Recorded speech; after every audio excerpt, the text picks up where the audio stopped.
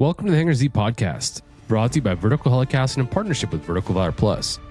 This series comes to you from the hangar at Broward Sheriff's Office as part of the 2026 Blades of Valor Tour, where we had the opportunity to interview Sgt Paul Seda and pilot Carl Speer. Our violent felony unit, our Viper unit, was waiting for him. He did crash, significant crash, but we have video of him, bailing out of the crash, dropping his gun on the ground, picking his gun back up, jumping over a fence, then jumping into a canal where he eventually gets apprehended. The Blades of Valor Tour spotlights public safety aviation units recognized for outstanding service and celebrates those who go above and beyond. We aim to promote the good work these agencies do and highlight the standard of excellence they set. These teams serve as a benchmark for the public safety aviation community. Our mission is to share their stories of unwavering commitment, courage, innovative leadership, teamwork, and technological innovation from agencies setting the standard in public safety aviation. Thank you to our 2026 Blades of Valor Tour sponsor, Switlick Survival Products, for making this tour possible. Switlick Survival Products supports aviation, marine, military, and search and rescue crews with a wide variety of high-quality survival products. To learn more, go to switlick.com. Huge thank you to Massif Flight Suits, who provides the flight suits that support our crews in the field. This Hangar Z episode, recorded on location at the Broward Sheriff's Office in Fort Lauderdale, marks the second stop of the 2026 Blades of Valor Tour. In this conversation, Jack Shanley and I sit down with Sgt Paul Seda and pilot Carl Speer to discuss the evolution of one of Florida's most dynamic airborne law enforcement aviation units. This episode dives deep into the operational excellence of the Broward Sheriff's Office. Sergeant Seda and Officer Speer explain the hunt bad guys philosophy that drives their mission and the transition from a multi-mission medevac/law enforcement hybrid to a dedicated high-tempo law enforcement unit. This episode concludes with a tribute to pilot Carl Speer, who reflects on a 39-year law enforcement career. The crew discusses the culture of consistency and the passion required to sustain a long, successful career in the cockpit. This stop on the Blades of Valor Tour highlights a unit built on trust, transparency, and a relentless commitment to supporting the men and women on the ground. Thank you to our sponsors, CNC Technologies, Airbus, and Dallas Avionics. Welcome to the Hangar Z podcast, brought to you by Vertical Helicasts. The Hangar Z podcast is the first and only podcast dedicated to promoting and exploring the personnel and equipment behind the missions in public safety aviation. Still southbound, skidding to a stop. Stand by here. Looks like you're getting ready to bail. Heads up, guys, bailing. Okay, the guy, he's running through the house, jumping the fence, through the shotgun, through something out. Grabbing the shotgun. Don't go over that fence. Don't go over that fence. Grab the shotgun again. He is armed. Stay there. Hold your position. Talk about your program, how and why you initiated it, and where it's at now. And then Carl, I'm going to get your perspective as a pilot on the same program. But get us started. Yeah, so Paul. when we talked about it, obviously, the guys that up here had the tactical experience. Almost everybody that came over, if they weren't on SWAT, they're on K9. They've all have a good, both pilots and TFOs. So we would bring it up, knowing what's going on, and that the incident in Dallas really sparked that. Like where are we if that day comes? And obviously we had our own tragedy here with MSD. So it's just sometimes it's a matter of time as to whether you're going to have something happen where you want to be prepared. So when you bring something like that up, it's not always like oh yeah, let's do it. They're like, wait, you want to do what? Hold on a second here. You want to shoot out of the aircraft? But we fortunately, after it was tabled a couple of times, the other side of the house, being with SWAT and the command from SWAT, they were like, "Hey, why are our snipers not able to? This is something that we've talked about doing before, or maybe in the past tried it. Let's come up with a program." So that kind of got buy-in from all the commands to, okay, we'll agree on this. We got with Mark laying out TACFlow. And his group, and set up a school where it got everybody together, and that was an awesome. He put something awesome together to really make it digestible for everybody and put everybody in the same. And then obviously the likelihood of a TFO having to jump into that role would be just for the, we would love to say that we have all the time in the world, but sometimes those things are unfolding so fast. Yeah, very dynamic. So it was understood what we're going to have, for pre-planned, and maybe if we can afford to get one of our snipers, on one of these active things, great. But we'll also have our TFOs trained up and ready to do it as well. So we worked through that, put all the TFOs, and then it's just like everything else that we do in the in the aircraft. It's a true team sport. because you're only as good as the pilot putting you in the right positions. So the pilots all went through it as well. And again, super helpful. Guys that have shot a rifle and under a tactical situation, being behind the stick is definitely helpful. Yep. They know what you're trying to do and look for. So it was putting it together and getting it operational was been, something that I'm very proud of for our, as our team. And we really try to hold a high standard for it, because should we need to, implement that one day, that's not one of those ones where you're like, hold on a second, we'll get to it. It's that you got to be ready to go. So we really try to hold a high standard through it and continue to build on it, as you guys kind of saw, as what our regular training day looks like with it. But we're definitely trying to up the equipment and up our capabilities so we can do it around the clock. And to me, like I said, that's just one. The Dallas is just one example. You got 5 officers going down. Anybody that approaches that assailant is going down. Yeah. So the only way, fortunately, unfortunately, he barricaded before that action, because we talked to some of the guys. Texas, I think Texas DPS started to deploy, getting ready for that, to try and address that situation. But that just shows how quickly it can, unfold and be done. So you want to be prepared for it.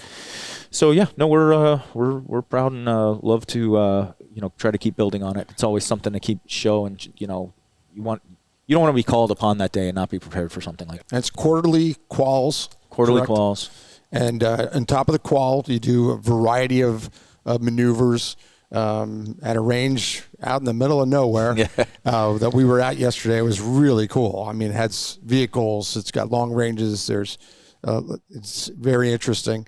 I know some of it can be sensitive, so I'm just going to let you tell us a little bit about that quarterly training.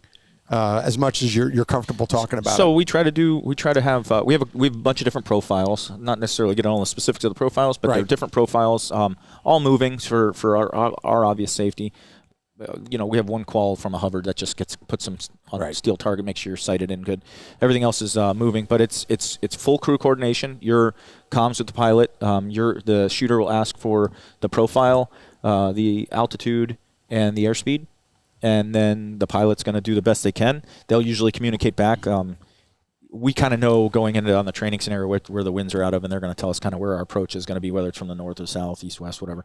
But in a real-time scenario, that's where you can start commenting, hey, let's do this. Can we approach from this side? Or what? And they'll say, well, probably better if you do it that way. Okay, all right, and then we'll go. Obviously, this has to happen within seconds, because if someone's tearing it up, you want to get down there and get it done. That's really that crew coordination, and then it shows in shot placement. And then you can't just go. This is still the civilian world, so we can't just come up there and pray and spray all over the place. This has to be more precision shooting. Right. So and that's the whole purpose of this, to validate the precision parts of what you're putting shots on target should it need be. And so you had SWAT sniper cadre members, and also air crews.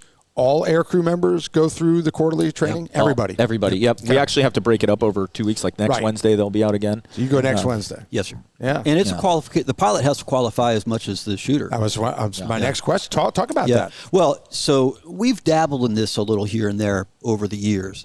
But Paul actually got us dialed in. Again, find out who has been doing this and doing it well, has experience in it, somebody who teaches a course. So Paul got that organized. So we're no longer just kind of winging it. We've done an entire course. And most of it's about safety, as you'd expect in an air crew.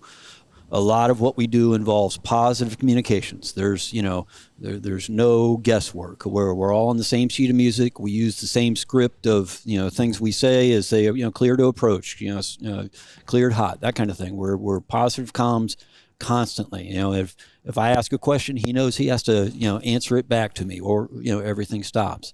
So it's much more formal, and necessarily so, than it ever was before. And it comes back to this working with the same people all the time, and you cringe when somebody you don't know climbs in your aircraft. Yeah, right. So we don't have any of that anymore. Everybody that's going to operate in the aircraft has been in the aircraft a million times. We've done these same qualification courses a ton, so there's no guesswork to it. Yeah, it was really fun to watch and impressive. We talked about it, John, about the brief and that your chief pilot Brian put on. That was a very, very, very thorough brief for what you were doing. and he knows his audience. He knows you all have heard that exact brief before. You've all done it before, and it doesn't matter. He went over every element of it, including hand signals approaching and not approaching and who's giving them. And I mean, to the point where he talked about, the wave over and how it has to be very distinct, right? As opposed to this, I might just be talking with my hands. That you might think that's funny that impacted me, but I went, that is so smart to remind everybody of something that little. Because if I do this and you start walking over and maybe there's something else going on that you don't know about, that little thing could be tragic.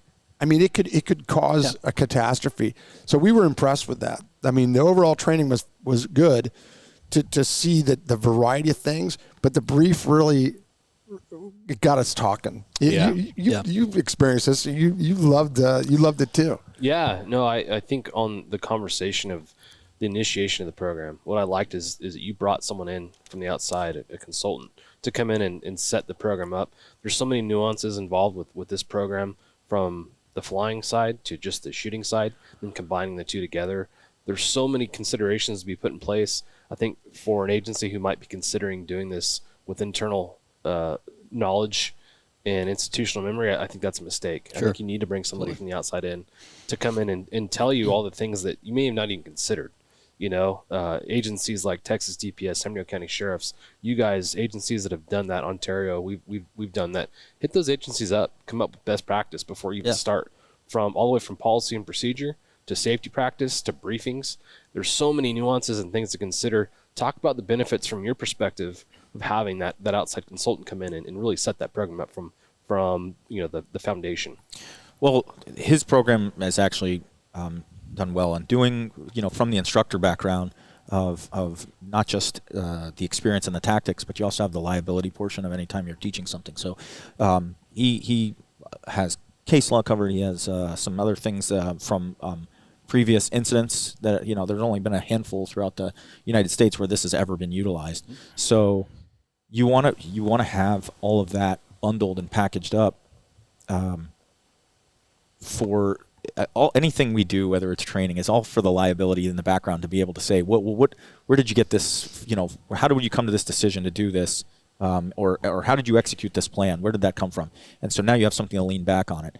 An airborne use of force is going to be scrutinized by every measure, So I having a little background in we talked, Jack, about, officer-involved shootings and doing things like going to these and, knowing what's going to be asked of. So if you can get ahead of that by having your team prepared, knowing, one, how to execute it properly, but also to explain your actions. That's really the key. I mean, law enforcement is just a general principle. You got to be able to explain what we're doing. So having all of it in one big program, and like you said, you're having someone else come out and maybe give you some considerations that you're not thinking about. Doesn't mean you can't curtail it or add to it, or take away whatever part of that is huge. But if you have a good base of a package and from a credible, company or source, no better than to be able to explain that away. It's hard for attorneys to come after that. Right. Some attorney, if you don't have that. So you're telling me Billy Bob over here, who's been to the range a couple times, taught you all how to do that? No. It was a professional organization that came in with background in doing this. Well, let's face it, that's how we all did it at one point, and it was, that's all we had. Mm-hmm. But now, you should have learned. Yeah, it's good to learn from your mistakes, but I'd rather learn from your mistakes. Right. It's way cheaper. Yeah, it is. And it could be life-saving. Yeah, way less painful. Yeah, much less painful. It was fun just hanging out and talking to all the shooters and about brass catchers and about the things you learn from that. And I noticed a lot of the guys had on their wristbands for negative lead, the distance speed, and we had that too. Not everybody did it, but we had guys that wore that, and they'd ask you, how fast are we going on this one? How we're going, this fast. And they were on the mark. That negative lead is interesting, Oh, yeah. Well, the way the system works is they tell us what they want: speed, range, right. Altitude, and we give it to them. Yeah. And from a team standpoint, talk about reducing pilot workload. All I got to do is fly this thing and not kill us. It's all the other stuff is predetermined. Yeah. It was good. It was very efficient, organized training. I mean, you guys were land. The next team's ready to go. They're on deck. There was a safety officer. There's a shooter. The pilots. The rotation, everything. Having seen a lot of those trainings over the years, that was really good. It was really good. And so thanks for letting us witness that. It was fun. That was great. And Brent had fun too. Brent got to go up and get some great video and photography that our listeners will be able to see eventually. It's amazing. We've got glimpses of it, particularly your run, Paul. He was over your shoulder. That video is off the hook. Yeah, it's great. A great video of the one technique that you guys do. And so that'll be fun. That'll be a lot of fun for all of you to check out. So we ask almost everybody this, but and we're going to ask you guys for impactful incidents. Think about an impactful incident as an aircrew member. Paul? Thanks to our sponsor, Airbus. Airbus provides the most efficient helicopter solutions to its customers who serve, protect, save lives, and safely carry passengers in demanding environments. Its civil and military helicopters are flying all over the world, making missions possible. Visit airbus.com for more information. Oh, we had. I know you have tons. Yeah, by the I way. would say probably one of them we had. We had one where the armed carjacking suspect, everybody kind of lost sight, gave us a general area. Took us a little bit, but we and he was moving all around, and we were able to locate the vehicle. Then it was a whole coordination of trying to get ground units to them. We were kind of in and out of from Broward into Palm Beach and back and forth, and because he was kind of going back and kind of getting who we can get to, get a hold of this guy.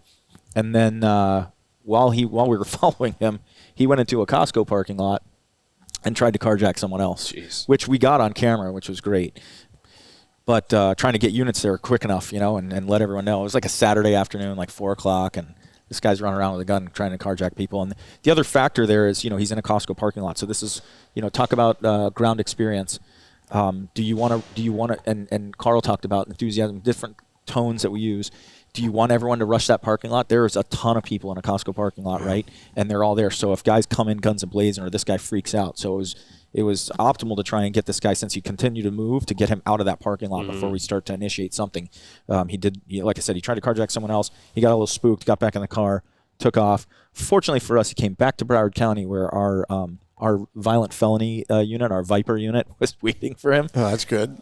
He did crash. He caused a significant crash, but we have video of him, bailing out of the crash, dropping his gun on the ground, picking his gun back up, jumping over a fence, then jumping into a canal, where he eventually gets apprehended. It's definitely something that otherwise, because of him being lost by ground units, that guy was in the wind for until we reacquire, and being able to coordinate everybody getting on the ground. We now got this violent felon in custody. And fortunately, no one really hurt. Value of that aircrew overhead, value of street knowledge, like you said, thinking ahead, thinking for officers on the ground, thinking what could happen here. That's a really good point about that parking lot. I love that. Not everybody would do that. There's people that would maybe have less street experience that would just say, well, there he is. I want everybody to swoop in there. And they're not thinking about, whoa, this is a Costco parking lot. Yeah, there's a lot. And he is moving. So let's just give him a minute. That was really smart. It's one of those checkbook cases you're talking about. Yeah. Oh, It yeah. highlights the value in situational awareness that the area unit provides for these different things. It's when you had you not been overhead, had that guy gotten away, there's a good chance that there would have been a violent encounter later on down the road with an officer who was unsuspecting of what he was getting himself into, or she was getting herself into. So the fact that you could take control of the situation and provide that situational awareness, amazing. Yeah. People don't think, the average citizen, I don't think, thinks about that. They might watch that video and go, oh, that's pretty cool. Oh, they got that guy. But they don't think about what you just said, John. If they're not there, that guy's going to be a predator in other places. He'll eventually get caught, maybe. But how many more crimes Oh, are yeah. going to happen if you're not there? Then that's more victims. People don't think about all these victims, these poor victims. I mean, yeah. we all have had contact with victims. It's traumatic. It's a traumatic experience to get carjacked, robbed. I mean, at gunpoint. My wife was a victim of a armed robbery where they got escorted into a back room at a Pier 1 Imports, gosh. and at gunpoint. I know how that affected her. So I'm so sympathetic to all victims, whether I know them or not. I was extra sympathetic for her. I will admit that, of course. But all victims go through that. And think how many more would have happened if you weren't there and did what you did where that guy's in custody. And that's where we talked about a little bit ago, the prosecution part of it.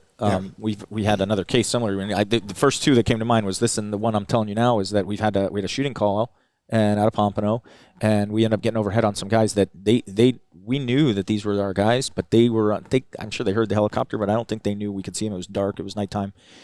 We watched them all pile into a car. So there were 4 suspects that get in the car, all with the guns. You can see one guy put an AR-15 down his pants. Wow. But as they piled in to leave, a 5th person comes out, and it's a female with an infant. And so now she gets into this car, and we're overhead letting everyone know we found the shooting suspects. But, hey, here's the other thing. There's a woman and an infant in the front seat. Let's take caution, guys. Let's not flood it in the area because we had plenty of units in the area. So we stayed overhead. Let's see where they land, see if we can do a coordinated takedown here. They end up going into a driveway of a house I'm confident they didn't know. And as they fled, the guy with the rifle tosses it on the roof, which we got on infrared, which is great, marking that. The second guy gets out, and he's tossing a handgun and a flashlight and a magazine, and we got all of that on video. Eventually, we get everybody in custody. We set a nice perimeter, guide our K-9 guys in, get everybody in custody.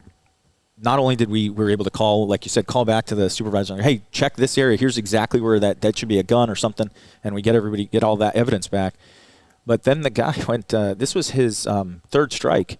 With an armed felony. This was a shooting involved. So he was up for life, and he represented himself because I guess it's failed the other times. So he went pro se. Good for him. And we went to trial. And his favorite thing was that he was saying that it wasn't, when they showed the video in front of the jury, he's like, that can't be me. Look, that's not even what I'm wearing. It's not the same color.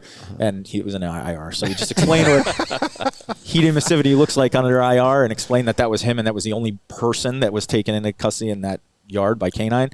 And so, yeah, he got 79 years. Wow. 79. So that, bye. Yeah. And that's where, you talk about the victims. I mean, finally some justice to not have someone out on the streets that continues to do this. Yep. That's right.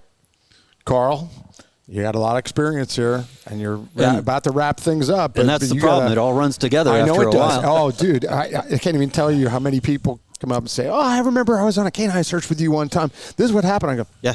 All right. Yeah, I have no idea. No independent recollection. Impactful to them. And I was like, oh, okay. But you've got a lot of incidents, but can you think of one that really will stick with you? I tell you, here's something I'm real proud of. Our unit, in the short time we've been a dedicated law enforcement unit, we've won the FLIR Award 2 different times. Yep. One of them was, and it seems benign, but we get a lot of these street takeovers where people are, doing donuts and having a street party in the middle of the street. We're helping clear up traffic for that, and we inadvertently on view to a shooting. See this group of cars. Somebody jumps out, and my TFO at the time throws the camera on it, and you see this guy jump out and chase this guy, and we've got video of him shooting at this guy. Yeah. And I looked over. I'm like, please tell me you're recording. And he was, and that turned into a pursuit. At one point, he stops in this crowd on the side of the road, and we actually got video of him taking the gun out of his waistband.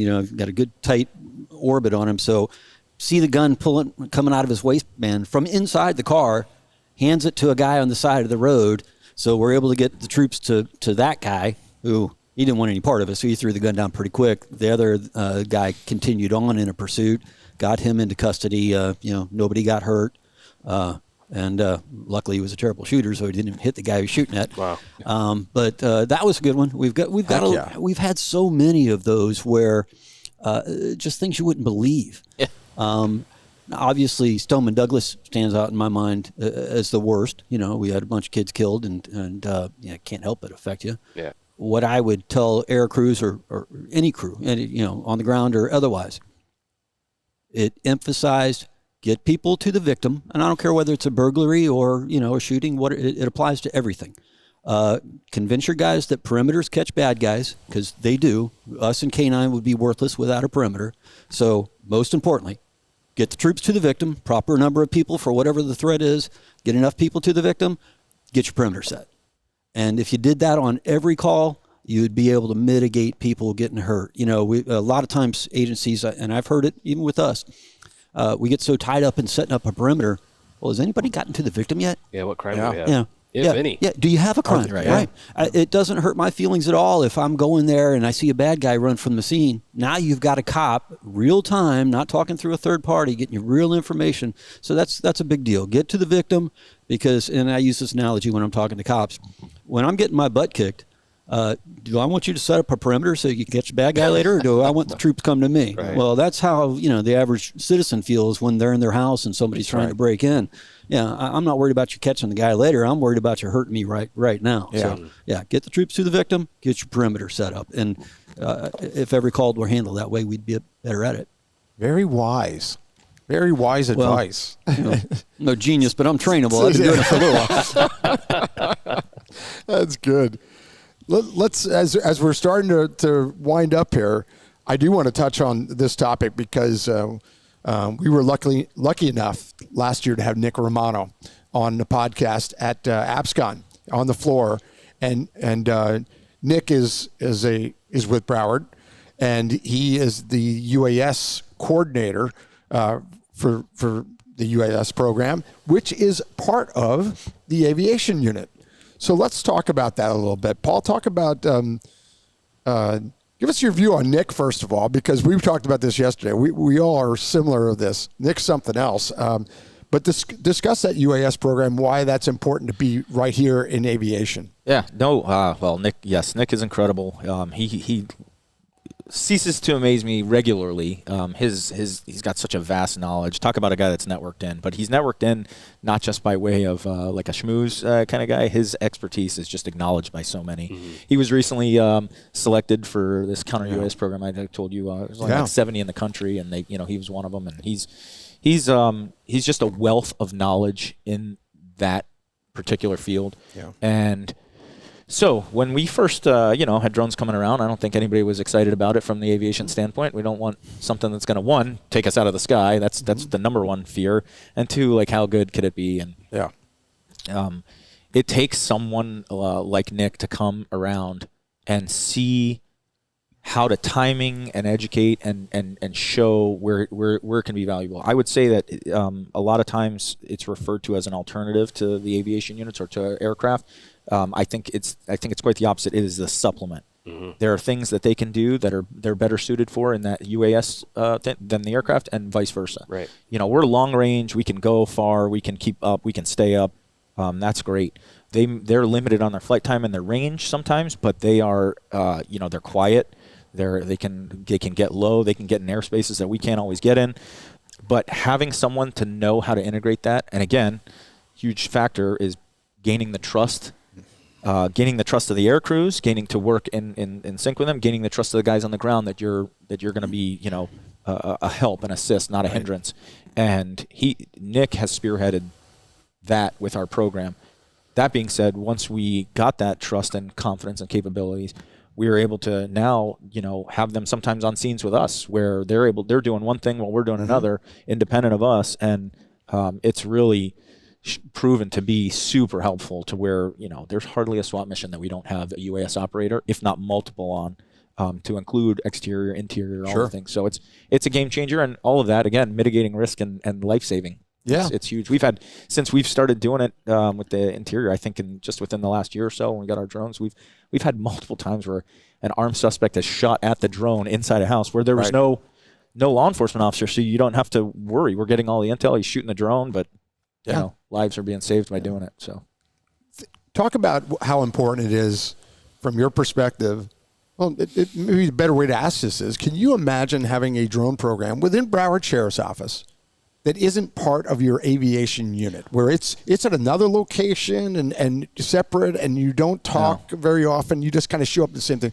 Can you imagine that? Well, the integration wouldn't be there for one, and the trust wouldn't be there. And so ultimately, like you would know, the aircraft and the PIC would take precedence, right? So naturally, and what we did in the beginning with whoever it was just, hey, we need you to ground your drone. We don't want to get it caught up. We don't want to have a mishap. So ground the drone. Where now there's a good positive communication. Hey, what altitude? The drone operator will ask the pilot, are you good if I stay at this altitude? Yep, we'll stay. We won't break that altitude. We'll stay right here, and this is where we're going to be, and vice versa. So no, that's huge. I can't imagine it working at all, to be honest with you, if it was separate. Thank you to our sponsor, CNC Technologies. CNC Technologies, serving law enforcement, government, and military markets with tailored mission solutions, system training, and live 24/7 support with CNC.live platform. Explore more at cnctechnologies.com. That's how we feel too, and we have more and more guests where they're combining them, and we talked about it with Nick a lot. York County, obviously, a lot with them. I mean, it just makes sense. It just really makes sense. Safety alone, but also the tactics. I mean, we talked yesterday about how TFO and drone operators from the UAS side being brought in to get some TFO training. What could be better than that? Yeah. And it's right here. Why reinvent the wheel drones, they're in that other part of the county and we don't really talk. Well, that's silly. They're going to struggle. There's a lot of experience here that you guys learn through classes, through mistakes that you can share with them that they can use instantly. Collaboration is key for that. It is. It really is. It's a huge. Carl, pilot point of view for the drones coming into play. First off, another demonstration of selecting the right people for the job. Mm-hmm. Yeah. Nick's a perfect example of how we talk about PR on the radio. When you talk to him, he wants to help you. He's eager to help you, and he's capable of helping. Yeah. You deal with a lot of people that pretend to know something, and Nick actually knows his stuff, and he teaches these courses now, so that's helpful.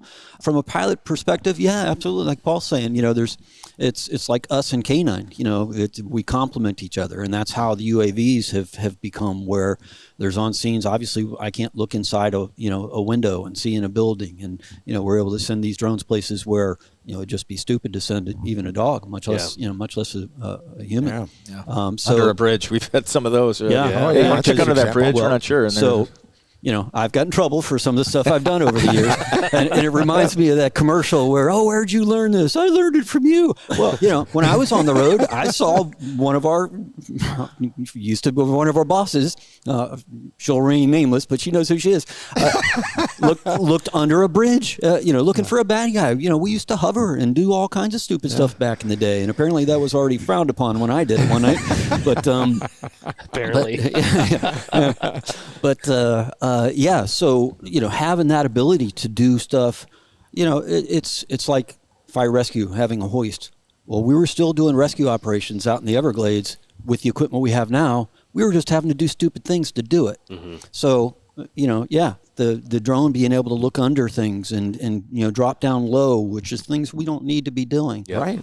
It helps us out greatly. Yep. Yeah. It's come a long way in a short time, and in the beginning, I think everybody agrees it was kind of haphazard, and everybody was kind of winging it, and it was dangerous. We probably avoided. The industry itself probably dodged a lot of bullets there. Where I bet there were more close calls than we'll ever know about. But the integration now, it's part of the training. Texas DPS. We talked to Clay about this at length. About the integration. They get integrated into using helicopters and drones over the same scene in the first week of training as a drone operator. Wow. Yeah. Because they know they're going to do it. And it makes them efficient, effective, and most important, safe. And the trust. You've said the word trust a lot today. That trust is so vital. It really, really is. And if you don't have that, that's going to be a problem. Yeah. And again, if you're under the same command, that trust is going to be there because you see each other more than just on a mission. You're seeing each other regularly, talking over coffee. Some of the best conversations about tactics have been over a cup of coffee. Yeah. And so this is great that you're doing it that way. We were impressed. And we both walked away and said, wow, every department needs a Nick, because he's just really, really good. I think he could excel at anything, in my opinion. The jobs that he's had, they're very diverse. Yeah. And he excelled at all of them because of work ethic. He can't say no either. Doesn't seem to be his forte. That's one thing that he does not have. Somebody comes and says, "Hey, can you do this too?" Sure. He challenges me because we're on both sides. We're busy, and it's let's do it right now. And I'm a big proponent of let's do it right now. But I'm like, man, we can only do so many things right now at the same time. And but we do it, and I love that about him. I love that it's let's do it. Let's do it right now. So last thing I want to touch on in the few minutes we have left, so we'll keep it brief, but I want to get both your opinions on, perspectives would be a better word, on the TFO training. I heard some very unique things yesterday from Hayden that caught my ear about the testing to get into to here. Talk about that a little bit. So we built that up, and like again, Carl said, it came with the seasoned pilots understanding what they need, like what they need to help further the mission, right? So then it was kind of translated to the TFOs. This is what your roles and responsibilities are, and we've really kind of added to it as we've gone on. Here, this is we've added tasks to the TFO responsibilities. Then we realized, like, you need to be, so we were already scrutinizing of who came in here. Now we need you to be even more capable, because we don't want to take people that can't do all the things we want them to do. Yeah. So and Nick honestly was helpful. We got another Nick, and helpful in furthering our evaluation process. So the first thing we do is they apply, and they've given a list of the roles and responsibilities, which is like 2.5-3 pages long of what they're going to be doing. We do a swim test for the obvious, because we do our Hewitt sweat training once a year as a unit, and get everybody in there and get all on heats bottles and everything. Obviously, we're surrounded by water all the time, so that's a big thing. If you're not going to be comfortable getting turned upside down, that's not the water. This is not for you. Then, if they pass that, they come to like a full day interview process, where we do spatial orientation testing. There's like a written test. We do kind of like a comprehensive test of things, and then we have a like an identifying spatial orientation test, where they have like pictures of basically a little, say, like a neighborhood with a house, and you'll get the house, but then the next picture is going to be from a complete other side of aerial view, and you got to pick out what that is, and there's a time limit on it. It gives people an idea of where they're at. We have an oral interview that, goes down a list of questions of, kind of what their past, and give them, lay out what they've done in their career to this point, and what they see, what this looks like for them, what they hope to get out of this. And then we have, we do a practical part where we put them in a harness, because they know APO, that APO is going to be a possibility. So one, we put them for a regular flight in a helicopter. Some people don't even do well with that. Then which always astonishes me, the person that has like fear of heights is like, I want to be in this unit. And then they get up there and they're like, this is not for me.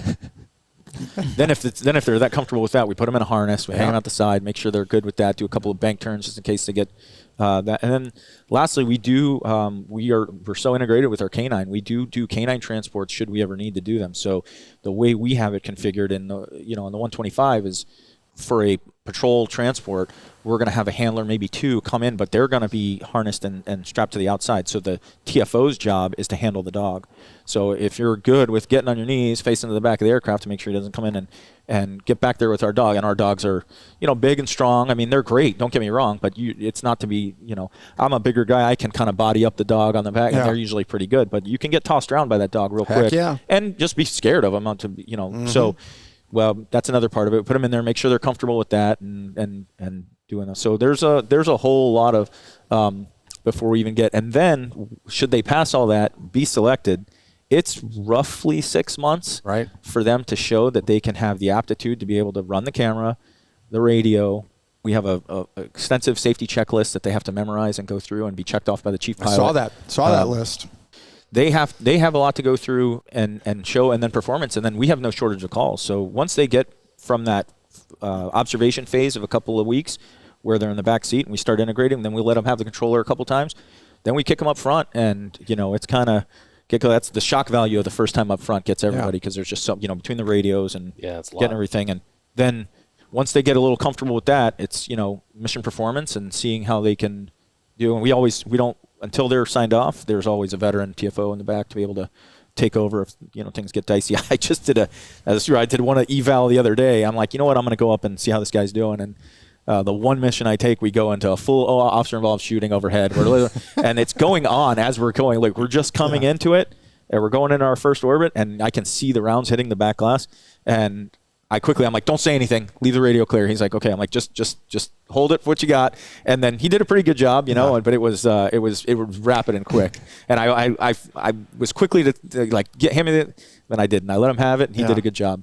That's great. Yeah. Well, that's really interesting. There were some interesting elements there. Is part of that evaluation there in the beginning to see if they're coming? Is there a gimbal segment of that in that, or is it later where you show them some basic sensor skills, and then they go to try and find a target that you have placed? Yep. Hayden talked about Sawgrass, the mall, how he was assigned to find a particular person at that mall. Is that part of that process, or after they're here? Yes. No, we do. We give them just a little drill how to move the gimbal and give them a little bit of that on the transducer. We don't expect a lot out of it. It's a little bit. It's really just to see if there's enough hand-eye coordination to look at a screen, not look at a controller, and then be not freaked out that you're doing orbits. So it's funny. You can tell the different. Some people come in, they're completely overwhelmed. Some people are cool, calm, collected, but they can't. They're not quite understanding. And then there's some that are really in tune, which is what we're looking for. And they're frustrated that they can't do what they see that you've been doing. So that's kind of a good sign, because you can tell they want to be able to do it. They haven't been acclimated to all the equipment yet, but they're at least giving, oh man, I can't get them. I want to get this, and that's it. Yeah. Carl, as a pilot, you get to work with these TFOs now. Are you seeing, because of this process and the training, are you seeing results that you're like, wow, we have a really professional TFO here? We're just so much better than we were 10 years ago. Yeah. But it's a long process before, even guys that seem to be a natural at it. You're not a natural at everything, and it takes them a while before we ever put them in the front seat and, give them the reins. And there are naturals. I mean, there's people that you know, but that's the minority, in my opinion. I mean, I talk about the naturals all the time. There were several where I knew, like day one. And Chris Van Horn hates me saying his name, so I'm going to say it again. Chris Van Horn, he just became the chief pilot at LAPD. His first day in a helicopter as a TFO on his loan, at the end of that shift, I went, he's a keeper.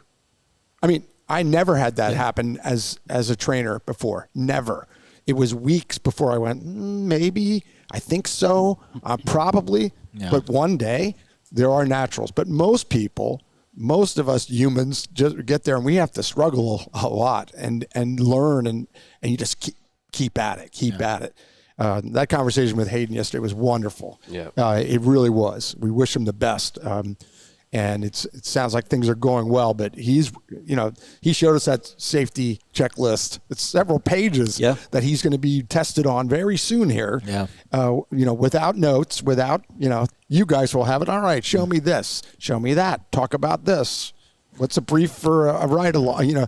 Really, really. Well, the thing impressive. about that, Jack, is that everyone here has done it. Yes. Yeah. So that's something that, we everybody that, and I tell that when they're testing, there isn't anybody here that hasn't been through this and passed it. So you know this. Yeah. Not only can you do it, but we're not asking something of you that we all haven't done ourselves. Yeah. Right. Even as I came back from, being on the road when I got promoted when I came back, met with the chief pilot, and he's like, "Hey, you're gonna do all?" I was like, "Absolutely!" Like I came back in. Good on you. We gotta have the same standard.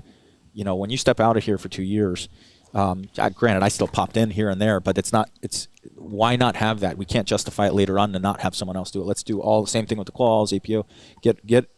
Have a standard that we all fall right back in and do it again. Good.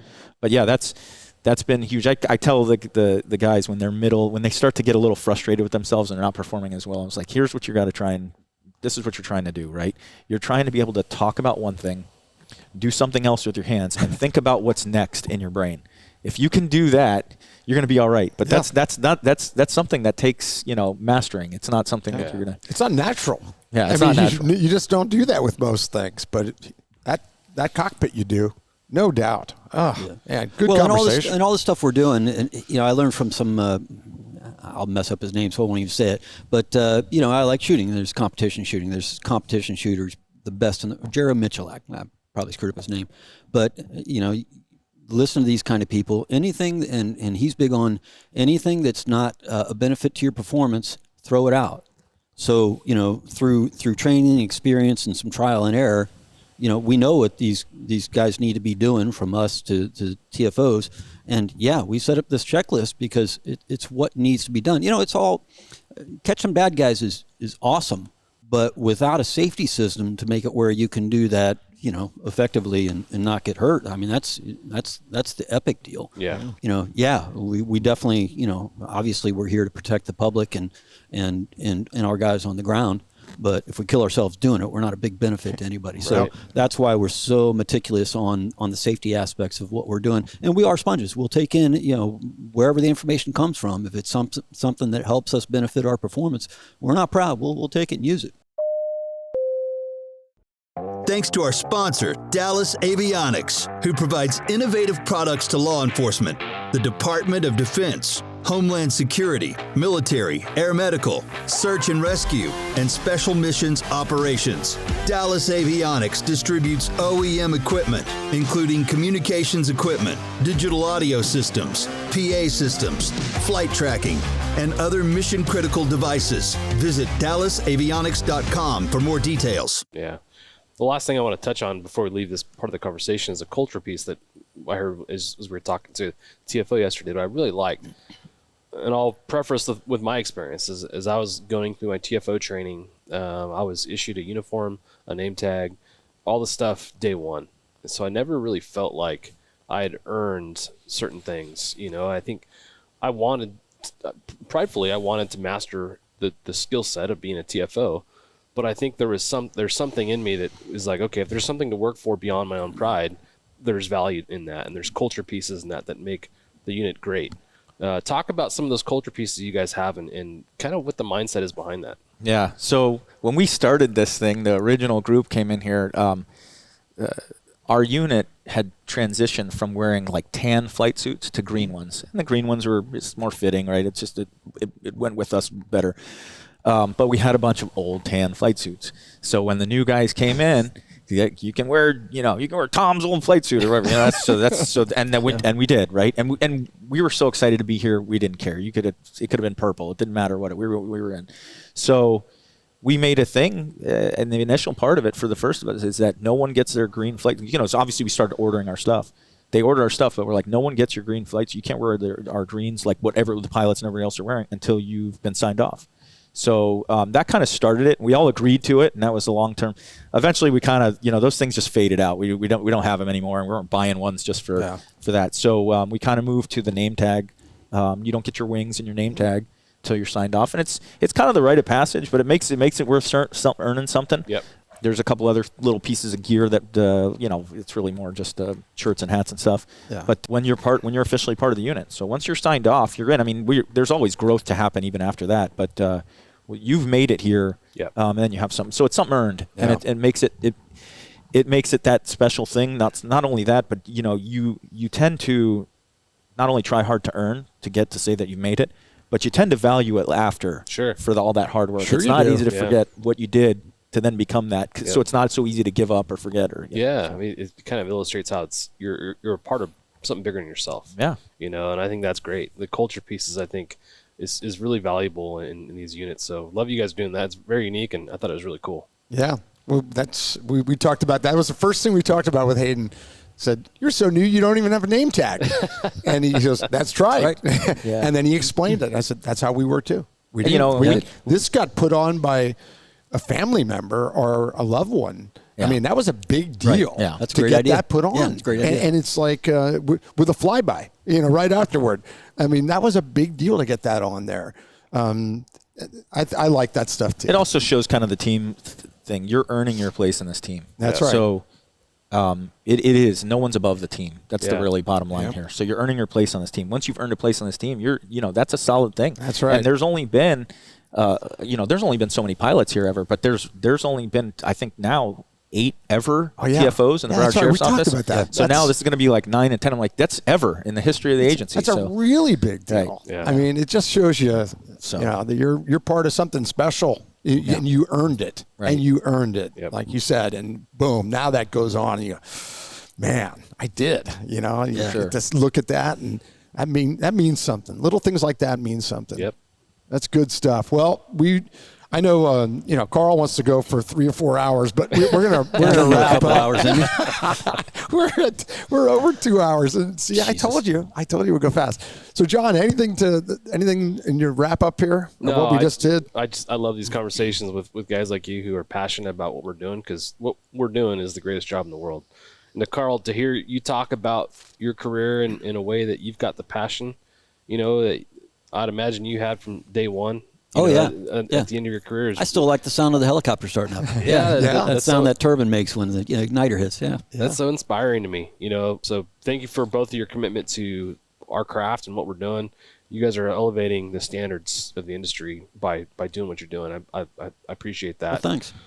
Thanks for joining us on the podcast, and most of all, thanks for allowing us to come in and visit your agency and talk about the good work you guys are doing here, because it's awesome. The last thing I'll bring up is as we're preparing to come here, I was going back through some old emails that I had received, and your TFO George had sent me an email back in 2023, and we had talked about having you on, Paul, and Carl, your name wasn't on there, but it should have been to highlight the stuff you're doing. And we lost contact during that time, but I'm so thankful that it came full circle, and we're sitting in your hangar today to have this conversation. Really cool. Well, and thank you for all of that, and really thank you because this is such a valuable thing in the industry. You know, this thing that you guys created and continue to carry on. We talk about the networking, but you know that those things only happen once a year. This is ongoing, and it's ongoing. It's almost like you're being able to sit down with everybody. So this is incredible. This is Thanks. really cool. So we're very grateful too. You guys came, chose us, and Yeah, thank you really, very much. really cool. And Jack's been Really teaching cool. forever, so you know I was a young man when I first met him.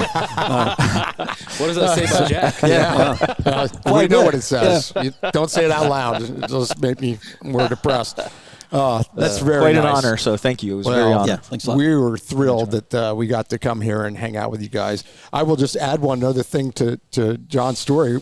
You read my mind, because I was going to tell the George story if you didn't. When John read that email to us in the car as we're coming up the road to the shooting range, and we get there and we meet Paul immediately, and the next person we meet is George. Yeah.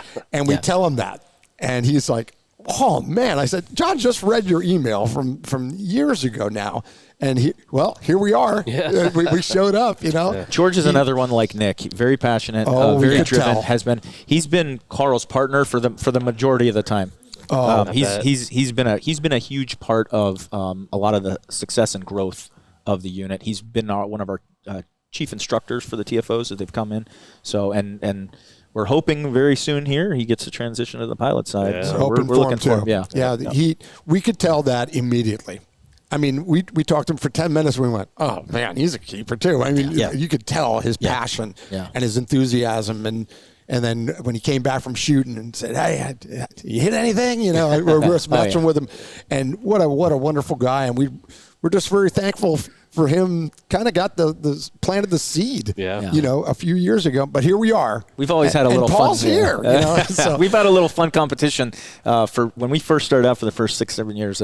George and Carl were on one side of the afternoon shift on one side of the week, and Brian, the chief pilot, Brian Miller, and I were on the other side. So we'd always. So if you want to get away with crime,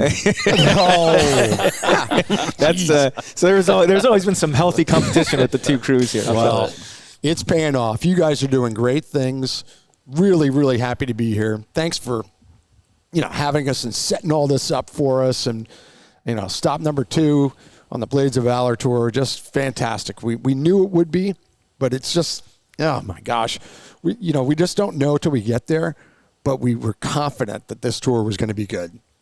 Really confident. And both the other ones have been too, but you know what I mean. Yeah. We were like, oh, these are 4 really very interesting units, good units, established units that we can learn a lot from. And boy, have we ever. So thanks for the hospitality. Thank you. It's great. Congratulations on retiring thanks, soon. man. Appreciate it. And the total amount of time is going to be when you retire April 1st. And a total amount of time in law enforcement? 39 years. 39. That is good something round to number. be, oh boy. That's something to be very proud of. It's been a great ride. It really has. Well, thanks for that, Carl. I mean, that's fantastic, and we congratulate you. On that, real quick, I don't mean to stretch us out, but I'm gonna, because we don't get to sit down with folks like you very often. You and Tony Weber are kind of in your own league as far as years of service. But advice you have for someone entering the law enforcement today? How do you work a full career in law enforcement and come out as happy and passionate as you are at the end of that? I don't know. Probably brain damage helps a little bit. It's been I say this all the time. It's been the greatest career that I wouldn't wish on anybody. I don't know how you do it now. I think all the old guys say that. Oh my God, I don't know how anybody does it today. I don't know. It's something I've just always loved it. I've always loved, first off, I've always loved flying. When I got into law enforcement, it wasn't, I didn't honestly know what I wanted to do when I was a kid, but when I got into law enforcement, I knew I was where I was supposed to be. Hunting bad guys, man, there's just nothing better, whether you're doing it on the ground or in the helicopter. Right. So the advice, if you love it, do it. If you don't, go somewhere else. 'Cause it's not a job for people who don't want to do it. Yeah. Yep. Wow. Long career. Good for you. It's funny. There's a consistency with, and I'll just use Carl for a second because I've seen, and I tell it to the new guys. He comes in here and obviously loves to do it, and he's always kind of exuded that. But his consistency is what's key too, and so is all our pilots. But I use him as an example. I go, if you want to see success, you start when you take your flight suit every day. You got to take it off, put everything in the same spot, put all your gear in the same thing. I go, I can mimic Carl and his pre-flight and how he walks around the aircraft. He does it the exact same way every single time. He does, and we laugh. We kind of laugh and joke about it, but it's the exact same thing. But comes in with that same plan. Well, that right there is just your start off for your key to success for each day. We're not altering. We're doing the exact same thing to get into that workflow, and we're having a good time doing it. And that's, like I said, we've kind of learned that from him as we come in here. Well, thanks, man. Good way to wrap. That's a great way to wrap. Very good. So thank you to MHM again for the Blades of Valor Tour that we're on, Vertical Valor. And Massif Flight Suits, thank you again. We really appreciate it. And to all our sponsors, we wouldn't be here if it weren't for them. So we get to do this. It's a lot of work, but it's a lot of fun too. And this is the highlight, coming in and having conversations with people where we walk away and go, man, there's some good people in this industry. Yep. And law enforcement aviation's going in a good direction. And we got to say this too. Thank you to Brent Bundy. Yeah. Brent's our photographer, videographer on this trip. Scott Kellerman was with us on stop number 1 in Palm Beach. He'll be back with us at his home base in Clearwater, where he's pilot with the Coast Guard. But Brent's working his butt off. Not at the moment. I'm watching him. He's just goofing off on his phone. But most of the time, Brent is working much harder than us. I mean, he's getting those pictures and editing. And when people see the content that this guy has gotten, and Scott, it is phenomenal. You guys will love it for sure. So with that, thanks to everybody for listening and watching. We really appreciate that very much.